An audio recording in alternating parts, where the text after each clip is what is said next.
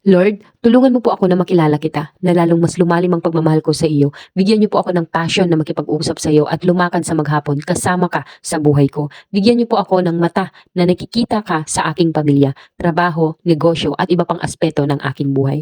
Good morning everyone. Ngayon po ay January 25 at ito po ay isang napaka-espesyal na araw sa amin ng aking asawa. Today is our 6th wedding anniversary at the same time kaarawan ng aking Diyosawa. So please help me wish him a joyful and blessed birthday. Okay, today po ay itutuloy natin ang mga panalangin na dapat nating unahin ngayong 2024 upang tayo po ay mag-grow spiritually dahil hindi lang dapat mga katawan natin ang nag-grow kundi lalong higit ang ating spirito. Una, perceive God's will. Second, enact God's will. Pangatlo, advance God's work. And pang-apat, we pray that we might cultivate God's knowledge. Sabi po sa mga taga-Colossus chapter 1 verse 10, sa gayon makakapamuhay na kayo ng karapat-dapat at kalugod-lugod sa Panginoon, sasagana sa lahat ng uri ng mabubuting gawa at lalawak ang inyong pagkakilala sa Diyos. Amen.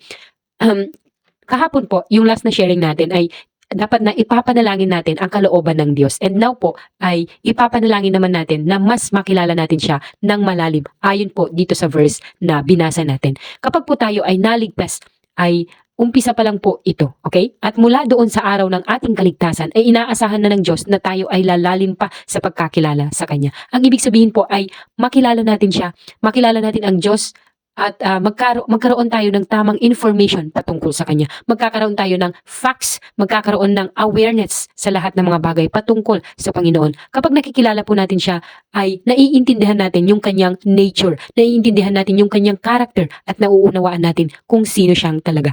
Kapag gusto po natin siyang makilala, kailangan makilala natin siya sa tatlong level. Ano yung mga tatlong level na to? 3 dimensions of knowing God. Una, sa intellectual. Sabi po sa 2 Peter chapter 3 verse 18, but grow in the grace and knowledge of our Lord and Savior, Jesus Christ. Amen. Ang pagkaunawa sa Diyos ay nagsisimula sa ating intellectual. Kailangan nating gamitin ang ating isip upang iproseso yung mga information na nabasa natin patungkol sa Kanyang mga salita para mas maunawaan natin kung sino siya. Marahil iniisip po natin na hindi spiritual kapag ginamit natin yung ating isip. Pero hindi po. Kahit ang Panginoong Jesus, sabi niya sa Mateo chapter 22 verse 37, sumagot si Jesus, ibigin mo ang Panginoon mong Diyos ng buong puso mo, buong kaluluwa mo at buong pag-iisip mo. Sabi dito ay iibigin natin ang Diyos ng buong pag-iisip. At kaya lang, syempre, kung gusto nating makilala ng buong buo ang Diyos, ay hindi yan magtatapos sa pag-iisip lamang. Kasi kung magtatapos yan sa kung ano yung alam natin sa ulo natin, ay mauuwi tayo or mauuwi lang yan sa academic understanding at hindi yan magpo-progress papunta sa isang malalim na relasyon sa Diyos. Kaya nga yung mga Pariseo, napakagaling magbigay ng verse sa Bible. Kabisado nila ang mga batas. Pero ang problema, hindi nila nakikilala ang Panginoong Jesus kung sino siya talaga. Yung kanilang knowledge ay intellectual agreement lang. Pero hanggang dun na lang. Kaya nga ang pangalawang level, kung gusto nating kilalanin ang Diyos ay experiential. Okay? Kasama sa pagkilala at pag-unawa sa kung sino ang Diyos ay hindi lang pang-alam sa facts at mga informations. Kung hindi, kailangan natin siyang maranasan. Kapag naranasan natin kung sino ang Diyos, ay mapapatunayan natin na ang mga facts at information na meron tayo patungkol sa Kanya ay totoo at magiging buhay na karanasan yung mga information na yan sa ating isip. Hindi na sila letter lang or letra lang na nasa isip natin, kung hindi lumipat na sila sa magiging buhay na salita sa buhay natin. Kaya nga mga kapatid, importante na hindi lang tayo makikinig, kung hindi gagawin natin yung sinasabi niya. Kailangan nating ipanalangin na makilala natin siya hindi lang sa intellectual kundi maging sa ating experiential. Kailangan nating ipanalangin na magkaroon tayo ng passion na lumakad araw-araw kasama siya sa pamamagitan ng pagtitiwala sa Kanya at pagsunod. At kapag ginawa po natin to ay mararanasan natin yung Kanyang faithfulness. Mararanasan natin at mapapatunayan na totoo ang lahat ng sinasabi niya sa Kanyang mga salita. Mapapatunayan natin na totoo ang ipinangako niyang resulta sa ating pagsunod sa pinapagawa niya. Kapag naranasan po natin siya, mga kapatid, tataas po ang antas ng pagtitiwala natin sa Panginoon at mababawasan po ang ating pagdududa. And pangatlo po na level ng ating pagkakilala dapat sa ating Panginoon ay spiritual. Ito pangatlong level na ito ang magbibigay sa atin ng totoong connection, fellowship at communion sa Diyos. Maaaring maranasan natin siya at mapuno ang ating isip ng kaalaman sa Kanya, pero ang pakikipag-fellowship natin sa Kanya, yung pagbababad natin sa Kanyang presensya, yung pagpapalago natin ng relasyon sa Kanya ay mangyayari lang kung nakaka-connect ang ating spirito sa Kanyang spirito. Sabi po sa Juan chapter 4 verses 23 to 24, subalit dumarating na ang panahon at ngayon na nga na ang mga tunay na sumasamba sa Ama ay sasamba sa Kanya sa Espiritu at sa katotohanan, sapagkat ganyan ang uri ng pagsambang ninanais ng Ama. Ang Diyos ay Espiritu at ang mga sumasamba sa Kanya ay dapat na dapat siyang sambahin sa espiritu at sa katotohanan. Amen.